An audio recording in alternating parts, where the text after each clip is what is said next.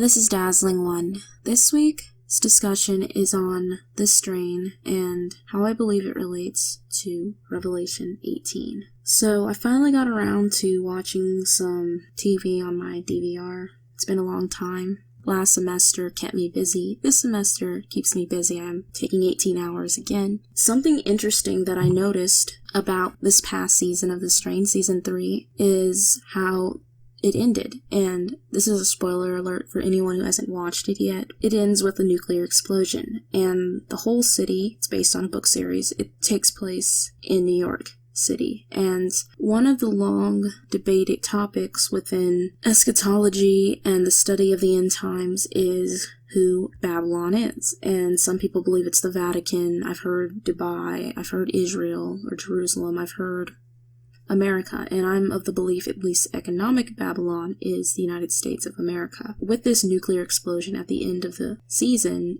it brings about a nuclear winter, which is a perfect thriving place for the vampires, or Strigoi. And these vampires now have unlimited darkness except for a couple hours where the sun will shine through.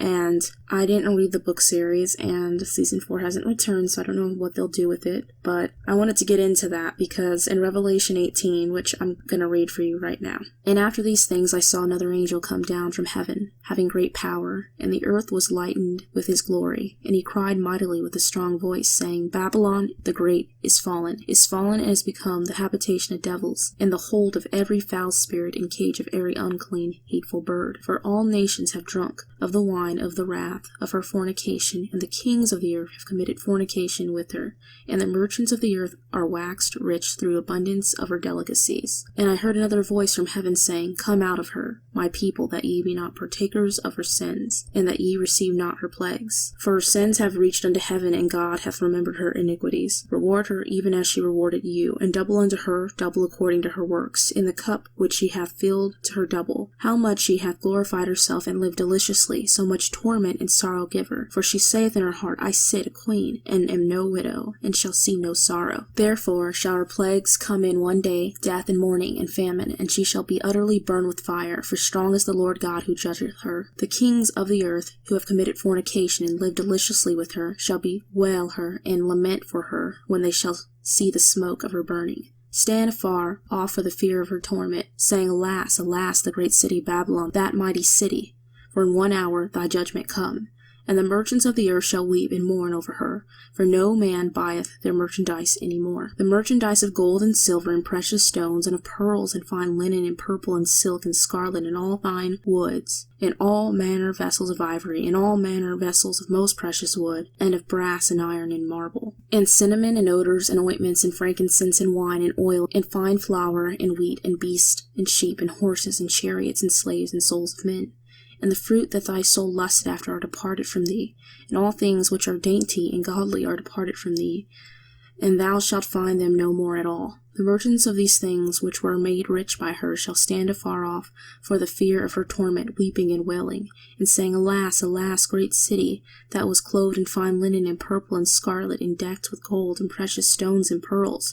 For in 1 hour so great riches is come to naught, and every shipmaster and all the company and ships and sailors and as many trade by sea stood afar off, and cried when they saw the smoke of her burning, saying, What city is like unto the great city? And they cast dust on their heads, and cried, weeping and wailing, saying, Alas, alas, great city, wherein were made rich that all ships in the sea by reason of her costliness. For in 1 hour is she made desolate. Rejoice over her, thou heaven, and ye holy apostles and prophets, for God hath avenged you on her. And a mighty angel took a stone like a great millstone, and cast into the sea, saying, Thus with violence shall the great city Babylon be thrown down, and shall be found no more at all. And the voice of harpers and musicians and pipers and trumpeters shall be heard no more at all in thee. And no craftsman, or whosoever craft he be, shall be found any more in thee. And the sound of a millstone shall be heard no more at all in thee. And the light of a candle shall shine no more at all in thee. And the voice of the bridegroom of the bride shall be heard no more at all in thee. For thy merchants were the great men of the earth, for by thy sorceries were all nations deceived. And in her was found the blood of prophets, and of saints, and all that were slain upon the earth. So, stopping there,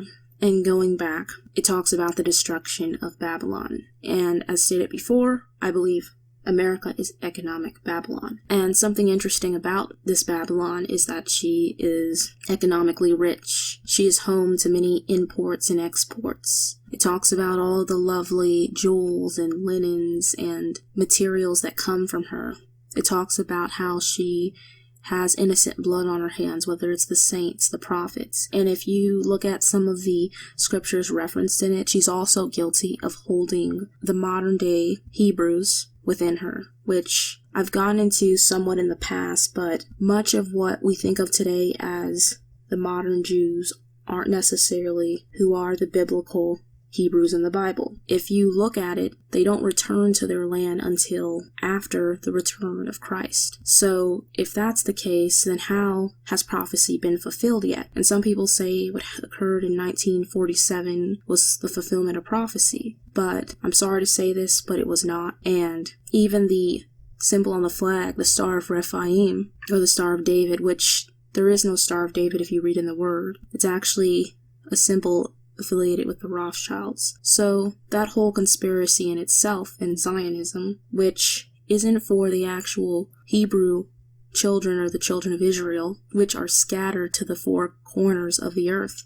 And it describes very well what happened to them in Deuteronomy 28 because they disobeyed the laws and they rejected the Messiah, are still not in present-day Israel. I believe some may be, and the few that are most likely are being persecuted right now. Look at what's occurred with the Israeli government and the sterilization of the Ethiopian Jews. And you'll find different lost tribes, whether you're talking in Zimbabwe or you're talking in China or India, who are practicing today's customs. I believe that the modern Hebrews are in America, and most are descendants of Judah, which are what we call today Black Americans, without a nation, without a flag, without a language, don't know who they are. And some people don't like that ideal, but that's where it points if you go into Deuteronomy 28 and you study it out. The topic at hand, as far as this Babylon, she's guilty of innocent blood being shed. That also means the blood of the unborn. America's responsible for abortion. She's responsible for sorcery. One thing about America that a lot of people don't want to say is that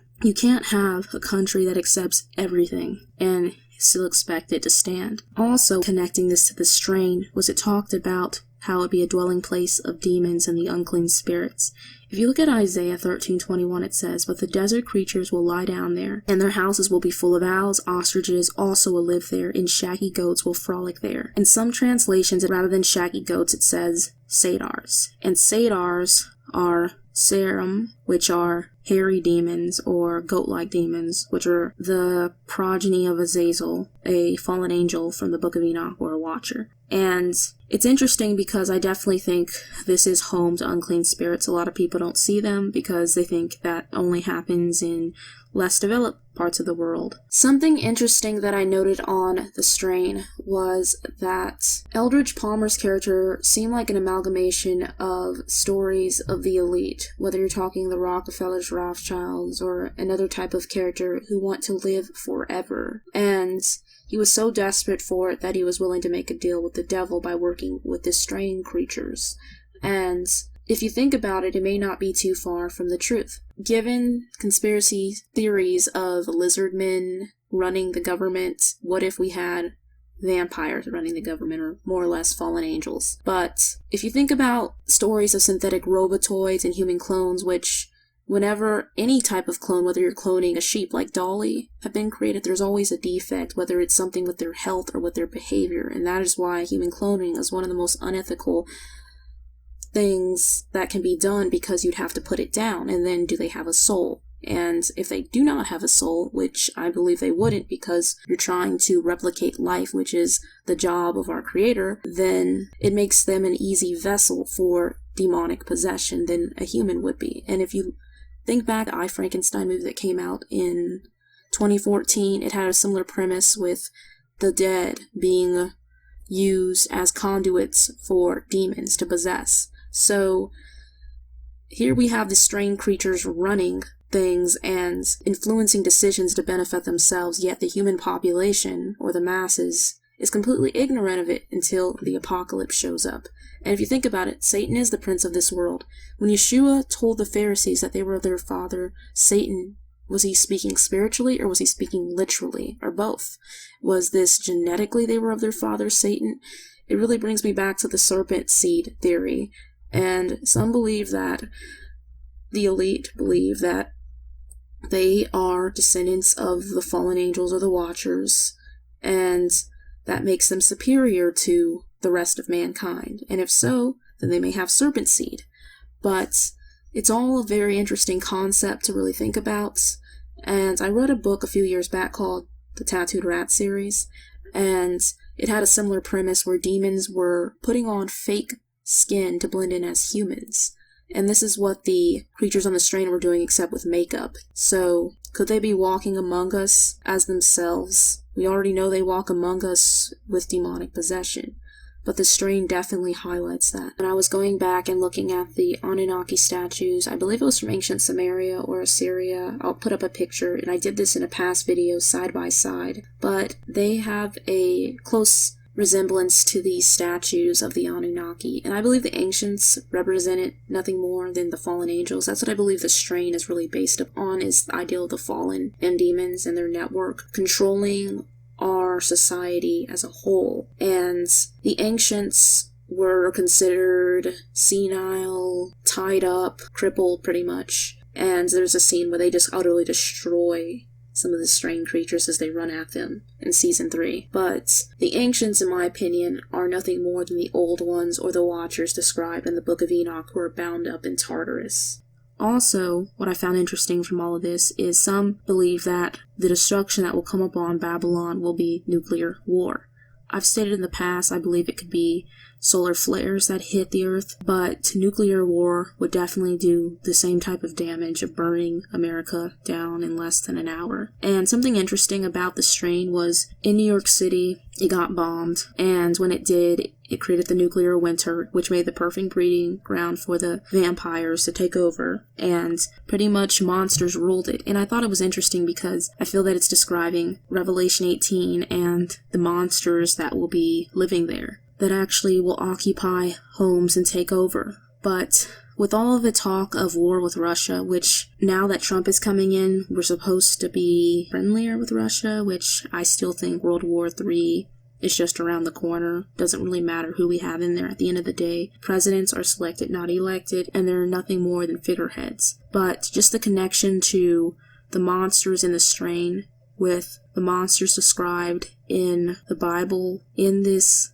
Babylon-like place, dwelling there, is interesting. And I believe in the future, what is unseen will be revealed, and so it won't be just isolated incidents of a few people seeing quote-unquote spirits, but there will be a way, I don't know how yet, whether it's through what some may think CERN is doing or some other method, because the veil is lifting, that we will see the monsters, and who knows what's really out there. But let me know what you think about all of this, and I'll talk to you next week. Have a wonderful week, and God bless.